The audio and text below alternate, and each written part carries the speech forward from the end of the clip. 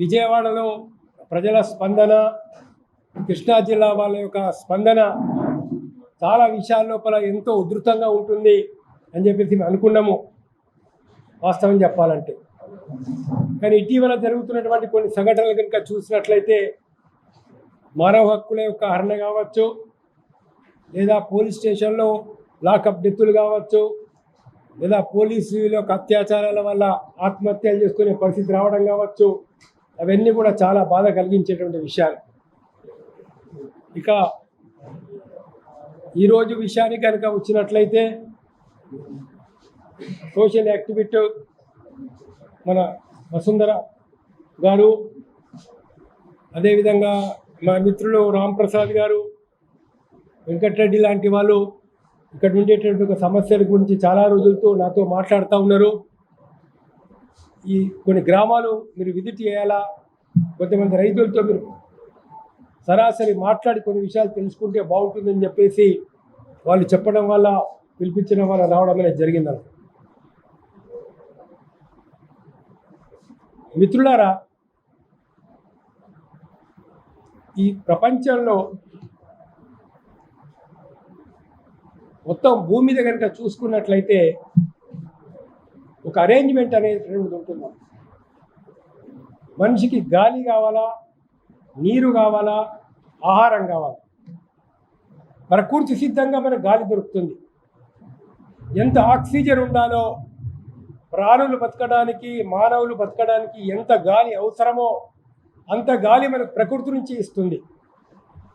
ఆ గాలిలో ఏ మేరకు ఆక్సిజన్ ఉండాలా, ఏ మేరకు కార్బన్ డైఆక్సైడ్ ఉండాలా, ఇవన్నీ కూడా ఒక నిర్ణీత పద్ధతిలో జరుగుతాయి. మనం పీల్చినటువంటి ఆక్సిజన్, మనం విడిచేటువంటి కార్బన్ డైఆక్సైడ్, ఇవన్నీ కూడా చెట్లు తీసుకొని చెట్లు మనకు ఆక్సిజన్ అందిస్తాయి. ఒక అరేంజ్మెంట్ ప్రకృతి లోపల. అదేవిధంగా మానవులు జీవించడానికి ఎంత నీరు కావాలా, నదులు ఎట్లా ఉండాలా, సముద్రాలు ఎట్లా ఉండాలా, అవన్నీ కూడా ఈ భూగోళం మీద ఒక బ్రహ్మాండమైన సిస్టమ్, ఆ సిస్టమ్ అనేది పనిచేస్తూ ఉంటుంది. ఈ సిస్టమ్ను, ప్రకృతిని మనం కాపాడుకోవాల్సిన అవసరం ఉంది. ప్రకృతిని కాపాడుకుంటేనే ప్రకృతి మనల్ని కాపాడుతుంది. ఈరోజు కాశ్మీర్ ప్రాంతాల్లో ఏం జరుగుతుంది మీరు చూడండి. కొండ చర్యలు విరిగిపడి అక్కడ నుంచి మంచు కరిగి హిమపాతాలు వచ్చి రోడ్లకు అన్నీ కూడా బ్లాక్ అయిపోయి ఎంతోమంది ఎన్నో రకాల ఇబ్బందులు పడుతూ ఉన్నారు. కారణం ఏంటి అంటే అక్కడ రైల్వే లైన్లు వేయడం, రోడ్లు తవ్వడం, అక్కడ కొత్త కొత్త కంపెనీల కోసం అడవులు నరికేయడం, దీని కారణాల వల్ల అక్కడ జరుగుతున్న పరిస్థితి. ఎక్కడెక్కడైతే ప్రకృతి విధ్వంసం జరుగుతున్నదో, నేచర్ను మనం డిస్టర్బ్ చేస్తున్నామో, అడవులను మనం పోగొట్టుకుంటున్నామో, పంట పొలాలను మనం నాశనం చేస్తున్నామో, దాని పరిణామాలు ఎట్లా ఉంటాయని చెప్పేసి విఘ్నులు ఆలోచించాలి. మరి విఘ్నులు సలహాలు చెప్తలేరా? ఇప్పుడు మన రామచంద్ర లాంటి మేధావులు కావచ్చు, సార్ లాంటి వాళ్ళు కావచ్చు, ఇంకా ఎంతోమంది మేధావులు, శాస్త్రవేత్తలు సజెషన్స్ చెప్తలేరా? లేదా కృష్ణా కమిషన్ లాంటి వాళ్ళు ఇచ్చిన సజెషన్స్ ఏంటి అంటే, చాలా దురదృష్టకరమైనటువంటి విషయం ఏంటంటే, ఈ యొక్క మేధావులు కానీ, పెద్ద పెద్ద వాళ్ళు కానీ, ఎవరికైతే ఏ స్వార్థం లేకుండా సమాజం కోసం, ప్రజల కోసం, రైతాంగం కోసం మాట్లాడేటువంటి వాళ్ళ యొక్క సలహాలను కొంతమంది స్వీకరించే పరిస్థితులు లేరు. దానివల్ల ఇటువంటి ఒక పరిస్థితి అనేది దాపురిస్తున్నది. ఇక్కడ మనిషికి ఇందాక నేను చెప్పినట్లు గాలి, నీరు, ఆహారం. ఆహారం ఎక్కడి నుంచి వస్తుంది? ఒక అటెండర్ అయినా, తహసీల్దార్ అయినా, కలెక్టర్ అయినా, ఎమ్మెల్యే అయినా, మంత్రి అయినా, కేంద్ర మంత్రి అయినా, ప్రధానమంత్రి అయినా, రాష్ట్రపతి అయినా, ముఖ్యమంత్రి అయినా, ఎవరైనా తెల్లారు చేస్తే అన్నం తినాలా తినకూడదా? ఒక పూటైనా భోజనం చేయాలి కదా. ఎక్కడి నుంచి వస్తుంది ఆయనకి భోజనం? ఎక్కడి నుంచి వస్తుంది వరి? ఎక్కడి నుంచి వస్తుంది గోధుమలు? ఎక్కడి నుంచి వస్తుంది ఆహారం? ఈ రైతు పండిస్తే ఆహారం వస్తుంది. రైతు పండించకపోతే ఎవరికి ఆహారం రాదు. మరి రైతు పండించాలంటే వ్యవసాయ భూమి ఉండాలా. వ్యవసాయ భూమి ఉంటేనే రైతు పండిస్తాడు. భూమికి రైతుకు ఎటువంటి సంబంధం అంటే తల్లికి బిడ్డ ఉన్న సంబంధం. తల్లిని విడిచి బిడ్డ ఉండలేదు, బిడ్డని విడిచి తల్లి ఉండలేదు అనేటటువంటి ఒక గొప్ప సంబంధం ఏదైతే ఉందో దీన్ని మనం దృష్టిలో ఉంచుకోవాల్సిన అవసరం ఉంది. భూమిని మనం ఎందుకు కాపాడుకోవాలా, నీళ్ళని మనం ఎందుకు కాపాడుకోవాలా, వాతావరణాన్ని మనం ఎందుకు కాపాడుకోవాలా అరే మనం ఆరోగ్యంగా ఉండాలంటే, మన పిల్లలు ఆరోగ్యంగా ఉండాలంటే, భవిష్యత్ తరాలు ఆరోగ్యంగా ఉండాలంటే అది అవసరం. ఒక నిమిషం మీరు చూడండి, ఇవాళ ఢిల్లీలో ఏం జరుగుతుంది. దేశ రాజధాని, ప్రధానమంత్రి ఉండే చోటు, రాష్ట్రపతి ఉండే చోటు, అక్కడ పొల్యూషన్ 398 400 దాటింది. ఎంత ఉండాలా? 200. 200 దాటితే పొల్యూషన్ ఇండెక్స్ అనేటటువంటిది, అది 200 దాటితే ప్రమాదకరం, అనారోగ్య హేతు. అలాంటిది ఇవాళ చాలా చోట్ల 400 పైకి వచ్చింది. హైదరాబాద్లో ఇవాళ 200 దాటింది. మరి రేపు ఇక్కడ జరిగేటువంటి అభివృద్ధి అనేది జరగాలి. అభివృద్ధి జరగద్దని మేము అంటలేము, కానీ అభివృద్ధి ఎట్లా జరుగుతుందండి? అభివృద్ధి ఎట్లా జరుగుతుంది? ఇవాళ భార్యాభర్తలు పెళ్లి చేసుకున్నారు, అమ్మాయి గర్భవతి అయింది, మరి సంతానం కావాలంటే 9 నెలలు ఆగాలా, ఆగద్దా? 2 నెలలకే 3 నెలలకే సంతానం కావాలంటే అవుతుందా? అబార్షన్ అవుతుంది, సంతానం కాదు. అట్లనే ఇప్పుడు హైదరాబాద్ డెవలప్ అయింది. హైదరాబాద్ కావచ్చు, న్యూయార్క్ కావచ్చు, కలకత్తా కావచ్చు, బొంబాయి కావచ్చు, ఢిల్లీ కావచ్చు, ఈ ప్రపంచంలో ఏ పట్టణమైనా కావచ్చు, ఎట్లా డెవలప్మెంట్ అవుతుంది? ఒక సంవత్సరంలో 2 నెలల్లో 3 నెలల్లో డెవలప్ అవుతుందా? ఎక్కడైనా నాకు తెలిసినంత వరకు ప్రపంచంలో ఎక్కడైనా కూడా లక్షల కొద్ది ఎకరాల రైతాంగ భూములు తీసుకొని అక్కడ ఆ భూమిలో ఆ ప్రాంతంలో పట్టణాలను, సిటీలను నిర్మించినటువంటి ప్రదేశం నాకు ఎక్కడ కనబడలే. ఇండస్ట్రీస్ వస్తాయి, వ్యాపారస్తులు వస్తారు, భూములు కావాలంటారు, రైతుల దగ్గర కొనుక్కుంటారు, లేదా ప్రభుత్వంతో మాట్లాడతారు. ఆ ఇండస్ట్రీ పెట్టడానికి ఎంత కావాలా భూమి, అవసరమా ఇండస్ట్రీ, పొల్యూషన్ ఎంత వస్తుంది, ఇవాళ పర్మిషన్ ఇవ్వద్దా, అవన్నీ ఆలోచించిన తర్వాత చేయాలి. ఆ రోడ్లు ఓకే, రోడ్లు వేయాల్సిందే, రైల్వేలు వేయాల్సిందే, డ్రైనేజీ కావాల్సిందే. కానీ రోడ్లకు డ్రైనేజీకి ఎంత కావాలా, ఎన్ని ఎకరాలు కావాలా అనేటటువంటి ఒక లెక్క అనేటటువంటిది వల్ల లేని పరిస్థితుల్లో ఉంటే విషయం ఏంటంటే కొన్నిట్ల పరిణామాలను మనం పెంచలేం, భూమి పరిమాణాన్ని మనం పెంచలేం. ఇంకా ఏదైనా డబ్బులు సంపాదించుకోవచ్చు, డబ్బులు పోగొట్టుకోవచ్చు, కానీ ఇవాళ ఎంతైతే వ్యవసాయ భూమి ఉన్నదో, ఇంకో భూమి ఉందో, దీని పరిణామాన్ని పెంచాలి అంటే ఎవరికి సాధ్యమైనటువంటి విషయం కాదు. కాబట్టి ఇక్కడ ఏ పట్టణ నిర్మాణమైనా ఒక స్టేజ్ ప్రకారంగా జరుగుతుంది. కొన్ని సంవత్సరాల కాలం పడుతుంది ఒక సిటీ రావాలంటే. ఓవర్ నైట్ తెల్లారితేనే ఒక సిటీ రావాలంటే సిటీ వచ్చే పరిస్థితులు అనేది ఉండవన్నట్టు. అంటే ఇవన్నీ చాలా విషయాలు, ముఖ్యమైనటువంటి విషయాలు. ఈ భౌతికమైనటువంటి మూల సమస్య, ప్రకృతికి సంబంధించిన సమస్య భవిష్యత్తులో ఇవాళ చూస్తున్నాం. మేము హైదరాబాద్ నుంచి వస్తూ ఉంటే దాదాపు 150 కిలోమీటర్ల వరకు ఎక్కడ చూసినా రియల్ ఎస్టేట్ ప్లాట్. ఇక్కడ హైదరాబాద్ చుట్టుపక్కల కూడా అదే పరిస్థితి. దాదాపు 30,000 ఎకరాలు తీసుకుంటామని చెప్పేసి ఇక్కడ ఉండేటువంటి ప్రభుత్వాలు ఆలోచిస్తున్నాయి. ఏమైపోతుంది వ్యవసాయం, అగ్రికల్చర్ ఏమైపోతుంది? ఏది ముఖ్యం సమాజానికి, ఏది అవసరం ఇవాళ అనేటటువంటి ఒక విషయాలు మీరు దృష్టిలో ఉంచుకుంటే మిత్రులారా, ఇవాళ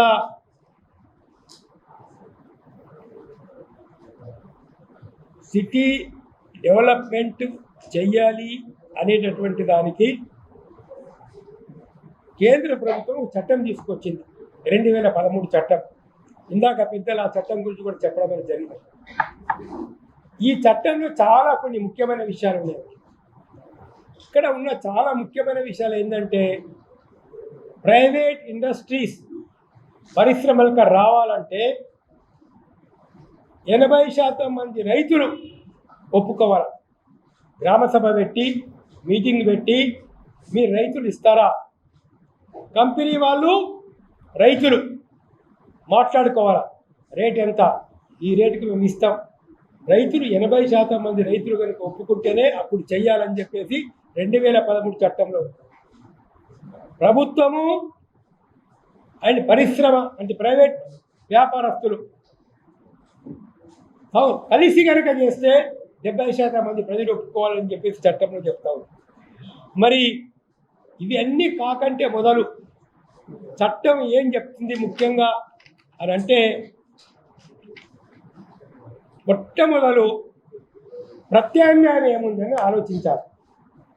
ప్రత్యామ్నాయ భూములు లేకపోతేనే రైతుల భూములు తీసుకోవాలి. మొత్తం ప్రభుత్వ భూములు ఎన్ని ఉన్నాయి, ప్రభుత్వ భూములు ఎన్ని ఉన్నాయి, బంజరు భూములు ఎన్ని ఉన్నాయి, లేదా అటవీ భూములు ఎన్ని ఉన్నాయి, పనికిరాని భూములు ఎన్ని ఉన్నాయి. ఈ మొత్తం ఈ విజయవాడ చుట్టూ ఒక 50 కిలోమీటర్ల దూరంలో ఎక్కడెక్కడ అలాంటి భూములు ఉన్నాయి. మరి ఆ భూములు మీరు ఒక లెక్కేశారా? బంజరు భూములు ఎన్ని ఉన్నాయి, పనికిరాని భూములు ఎన్ని ఉన్నాయి, అటవీ భూములు ఎన్ని ఉన్నాయి? ఆ భూములు లెక్కేసిన తర్వాత మొట్టమొదలు ప్రత్యామ్నాయ భూములు కనుక ఉన్నట్లయితే రైతుల భూములు తీసుకోవద్దు అని చెప్పేసి 2013 చట్టం చాలా స్పష్టంగా చెప్తుంది. ఒకవేళ ఇప్పుడు నిన్న వెళ్ళి మేము అక్కడ చూసామండి, నిజంగా చాలా చాలా బాధ కలిగింది. ఎందుకంటే మంచి భూములు, 2 పంటలు 3 పంటలు వచ్చే భూములు, అసలు నీటికి ఏమాత్రం కొరత లేదు. అక్కడ నీటికి ఏమాత్రం కొరత లేనటువంటి సస్యశ్యామలమైన భూములు. మేమందరం చాలా బాధపడుతూ ఉంటాం. ఇక మేము మహబూబ్నగర్ జిల్లా వాళ్ళు కావచ్చు, అనంతపూర్ జిల్లా వాళ్ళు కావచ్చు, మేము ఆదిలాబాద్ జిల్లా వాళ్ళం కావచ్చు, అరే మాకు కృష్ణా జిల్లాలో ఉన్నటువంటి భూములు లేదే, ఇంత మంచి పంటలు పండించేటువంటి అవకాశం మాకు లేదే, ఇంత నీటి వసతి మాకు లేదే, మేము 2 పంటలు తీయలేకపోతున్నామే, ఇక్కడ బోరేస్తే ఇంత. ఇక్కడ మీకేంటండి 50 అడుగుల లోపలనే మీకు బోర్ వచ్చేస్తుంది, 20 అడుగుల లోపలనే బోర్ వచ్చేస్తుంది, నీళ్ళు వచ్చేస్తుంది. అసలు చూస్తే ఎంత ఆనందం కలుగుతుందని అంటే, అంత నీటి సస్యశ్యామలమైనటువంటి భూములు కదా. అసలు అలాంటి భూములు తీసుకోవాలి మీకు ఎట్లా అనిపించింది? ఆ భూములు తీసుకోవాలి, ప్రత్యామ్నాయ భూములు ఉన్నాయా లేవో మీరు ఆలోచించకూడదా? ఒక రైతు, ఒక 2 ఎకరాల రైతు యొక్క భూములు తీసుకుంటే ఆ కుటుంబం ఏం చేయాలి? ఆ కుటుంబం ఎట్లా బతకాలా? మరి మీరేదో నెలకింత వాళ్ళకు కౌలు రైతుకి ఇచ్చినట్లు సంవత్సరానికి 30,000 40,000 ఇస్తున్నారు. మరి ఎంతకాలం ఇస్తారు? ఆ విధంగా ఈరోజు 2 ఎకరాల భూమికి మార్కెట్ విలువ ఎంత అవుతుంది? మరి భూసేకరణ చట్టం ప్రకారంగా మార్కెట్ విలువకు 3 అంతలు ఇవ్వాలి. మళ్ళీ ఇవాళ ఈరోజు ఈ 2 ఎకరాల భూమికి విలువ ఎంత? మీరేమంటున్నారు? ఎకరానికి 1000 గజాలు మేము ఇస్తాము ఇళ్ల స్థలాల కోసం, లేదా ఎకరానికి 300 గజాలు 400 గజాలు, ఇది ఇండస్ట్రీ కమర్షియల్ 450 గజాలు కమర్షియల్ ఏరియా ఇస్తాం అని చెప్పేసి ప్రభుత్వం చెప్తాం. ఎక్కడ ఇస్తారు మీరు? ఎంతమందికి 1000 గజాలు ఏ చోట ఇస్తారు? ఎంతమందికి 400 గజాలు ఎక్కడెక్కడ ఇస్తారు? ఒకవేళ ఈ 2 ఎకరాల రైతు ఈ 2000 గజాలు అమ్ముకుంటే ఎంత రేటు వస్తుంది? ఈ 2 ఎకరాలు అమ్ముకుంటే 2 కోట్లు 3 కోట్లు వస్తాయి. అలాంటప్పుడు ఈ 2000 గజాలు అమ్ముకుంటే 3 కోట్లు వస్తాయి అతనికి అనేది పెద్ద సమస్య. లేదా 450 గజాలు కమర్షియల్ ఏరియా ఎక్కడ ఇస్తారు? కమర్షియల్ ఏరియా ఎన్ని రోడ్లకు చూపిస్తారు? కమర్షియల్ ఏరియా ఎక్కడ చూపించారు? Commercial area. ఈ 450 అమ్మితే ఎంత ధర వస్తుంది? ఈ భూమికి విలువకు సరిపడాటటువంటి యొక్క రేటు వస్తుందా రాదా? రాకపోతే అప్పుడు ఏం చేయాలి రైతు? అందుకని ఇక్కడ మేము డిమాండ్ ఏం చేసినామనంటే, ఒక్కొక్క డిమాండ్ ఏముందనంటే, ఏదైతే మార్కెట్ విలువ ప్రకారంగా ఈ 2 ఎకరాల భూమికి కానీ 1 ఎకరం భూమికి రైతుకు వస్తుందో ఆ రేటు ఇవాళ మీరు ఇచ్చిన కమర్షియల్ ప్లాట్లో రావాలా, లేదా మీరు ఇచ్చిన ఇళ్ల స్థలంలో రావాలా. రానట్లయితే దానికి ఈక్వల్గా ఉండేటటువంటి దానికి సరిపడేటటువంటి నష్టపరిహారం ప్రభుత్వం చెల్లించాలా. ఆ విధంగా మీరు చట్టంలో మార్పు తీసుకురావాల్సిన అవసరం. ఇంకోటి ఏంటంటే, మీరు ప్రభుత్వం ఏది భూమి సేకరించిందో ఆ భూమిని మీరు అభివృద్ధి పరిచారా? డెవలప్మెంట్ జరిగిందా? రోడ్లు వచ్చినాయా? అక్కడ మరి ఇప్పుడు తీసుకున్న భూమినే మీరు అభివృద్ధి చేయకపోతే ఇంకా కొత్త భూములు తీసుకుందామనే ఆలోచన అయితే ఎందుకు చేస్తున్నారు? ఇవాళ ఏ రైతులైతే భూమి ఇవ్వడానికి అంగీకరించలేదో ఆ రైతులు వ్యవసాయం చేయలేని పరిస్థితి ఎట్లా కల్పిస్తున్నారు? మొత్తం కాలువలు తవ్వేయడం, లేదా చిన్న చిన్న ట్యాంకులు అక్కడ ఏర్పాటు చేయడం, ఆ భూమిలో పోకుండా చేయడం, అక్కడ మోటార్లు నడవనటువంటి ఒక పరిస్థితి, ఎలక్ట్రిసిటీ వైర్లు తీసేయడం, కొన్ని చోట్ల మోటార్ దొంగతనం చేయడం. నిన్న చూసాం మేము, కొంతమంది రైతులు చెప్పారు మాకు. ఏంటి పరిస్థితి అంటే బై ఫోర్స్ మీరు వాళ్ళు భూములు ఇచ్చే విధంగా ప్రెషర్ చేయాలని చెప్పి చూస్తున్నారా? ఇది న్యాయమేనా? ఈ సమంజసమా? ఇది మానవ నాగరికతలో ఒక భాగమేనా? ఉన్న కూడును తీసేసి భవిష్యత్తును, మనం బంగారు భవిష్యత్తును, ఆ కుటుంబం ఎట్లా బతకాల రేపటి రోజు? ఈ 1000 గజాలు అమ్ముకుంటే ఆయనకు తగిన డబ్బు రాకపోతే ఆయన పరిస్థితి ఏంటి? ఎలా రోడ్డు మీద పడాలా? సో ఇవన్నీ చాలా ముఖ్యమైనటువంటి ఒక విషయాలు ఉన్నాయి. అందుకని చెప్పేసి మేము ఇక్కడ కొన్ని డిమాండ్స్ ఇందులోపల చేయడం అనేది జరిగింది. ఈ డిమాండ్స్ ప్రకారంగా ఫస్ట్ ఆల్టర్నేటివ్ భూములు ఎక్కడెక్కడ ఉన్నాయో, ప్రత్యామ్నాయ భూములు ఉన్నాయో దాని మీద ఒక సర్వే అనేటటువంటిది తప్పనిసరి చేయించాలా. రాజ్యాంగబద్ధంగా ఏవైతే పాటించాలో దశలు అవన్నీ కూడా తప్పనిసరిగా పాటించాలా.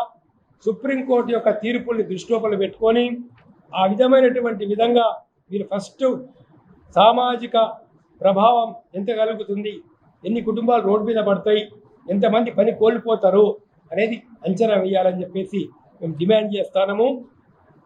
తర్వాత ఇప్పుడు సేకరించినటువంటి భూముల్ని మీరు అభివృద్ధి చేయకుండానే, రోడ్లు వేయకుండానే ఏ ఒక్కరి దగ్గర కూడా భూములు తీసుకోవద్దు.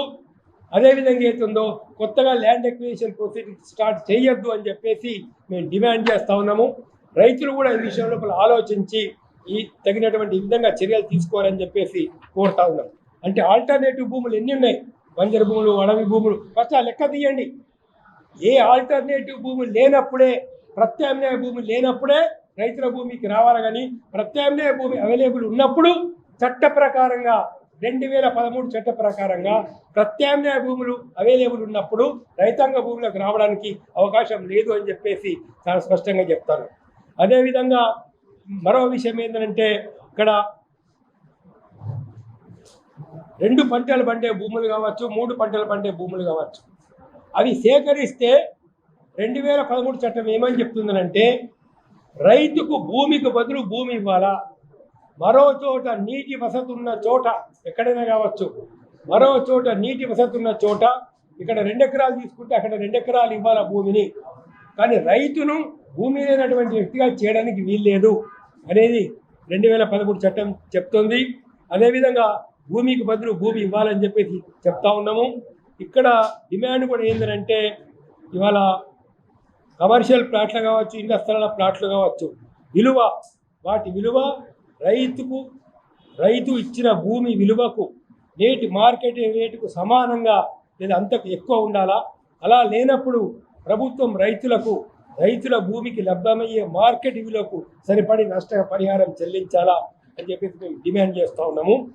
ఇంకొక విషయం ఏదైతుందో మాకు చాలా ఆశ్చర్యం వేసింది. నిన్న కొంతమంది రైతులతో మాట్లాడుతూ ఉంటే, సార్ మా భూములు తీసుకున్నారు, మేము ఇస్తామని ఒప్పుకున్నాము, కానీ మాకు ఇంతవరకు ఈ యొక్క ఇళ్ల స్థలం ఎక్కడుందో మాకు చూపించలేదు, అదేవిధంగా కమర్షియల్ ప్లాట్ కూడా ఎక్కడుందో మాకు చూపించలేదు, ఇస్తామని కాగితం మీద మటుకు చెప్పారు ఇస్తున్నామని చెప్పేసి. కానీ ఇప్పుడు 4 ఏళ్ళు అయిపోయింది, 5 ఏళ్ళు అయిపోయింది, ఈ భూమి పడా ఉంటుంది. ఈ భూమిలో ఎటువంటి అభివృద్ధి కార్యక్రమాలు జరుగుతలేవు, రోడ్లు వేస్తలేరు, ఇంకోటి ఏమీ లేదు, బిల్డింగులు కడతలేరు, భూమి ఖాళీగా ఉంది, నువ్వు అభివృద్ధి కార్యక్రమాలు చేస్తలేవు. మరి రైతు అక్కడ వ్యవసాయం చేసుకుంటే తప్పేమున్నది?